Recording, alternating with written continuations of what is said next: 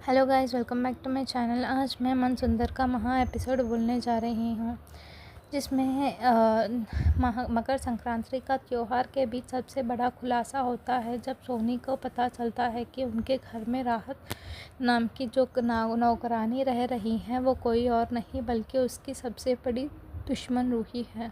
सोनी ये सच तुरंत बड़ी दादी को बताती है और दोनों डर जाते हैं क्योंकि उन्हें लगता है कि अगर रूही वापस आ गई तो शीतल और बिट्टू का इस घर से पट्टा कर देगी।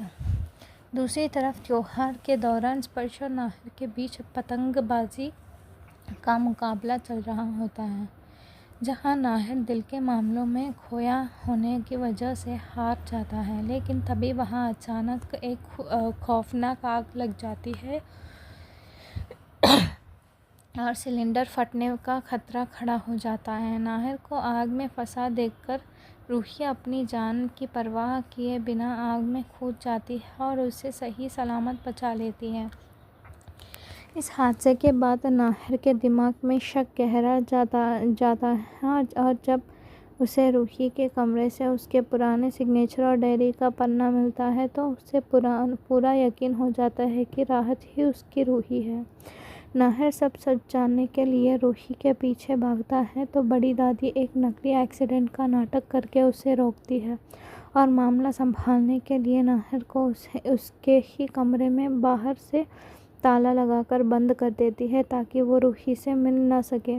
बड़ी दादी और सोनी अब एक नया प्लान बनाते हैं कि वो रूही और उसके दोस्त स्पर्श के रिश्ते का गलत इस्तेमाल करेंगे और नाहिर के दिमाग में ये बात डालेंगे कि रूही अब स्पर्श से प्यार करती है ताकि नाहिर हमेशा के लिए रूही से नफरत करने लगे।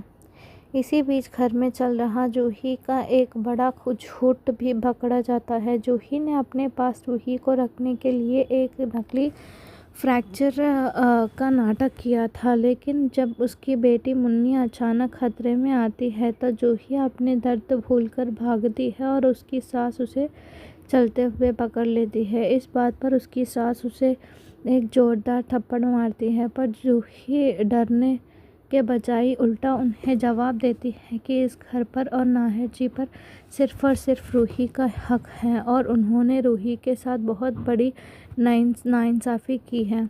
इस एपिसोड में एक बड़ा ट्विस्ट आता है जहां मरिया नाम की औरत पालक को रास्ते से हटाने के लिए उसे जहर वाला तिल का लड्डू खिला देती है, लेकिन पालक बहुत होशियारी निकलती है। वो बताती है कि लड्डू में काले तिल देखते ही उसे शक हो गया है कि इसीलिए उसने लड्डू खाया ही नहीं था।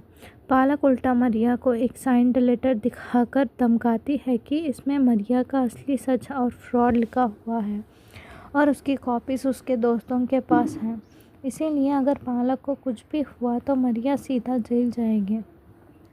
एपिसोड के आखिर में दिखाता है कि रूही अकेले में बहुत रोती है और भोलेनाथ से पूछती है कि जब नाहिर अपनी ज़िंदगी में आगे बढ़ चुके हैं तो किस्मत उन्हें बार बार एक दूसरे के सामने क्यों ला रही है। वहीं दूसरी तरफ बड़ी दादी पूरी कोशिश में लग जाती है कि वो स्पर्श और रूही के नाम पर ऐसी आग लगाएंगे जिससे रूही और नाहिर का रिश्ता हमेशा के लिए जल कर राख हो जाए। अब अगला एपिसोड में क्या होने वाला है वो देखा जाएगा। तब तक please wait, watch and subscribe. Thank you so much.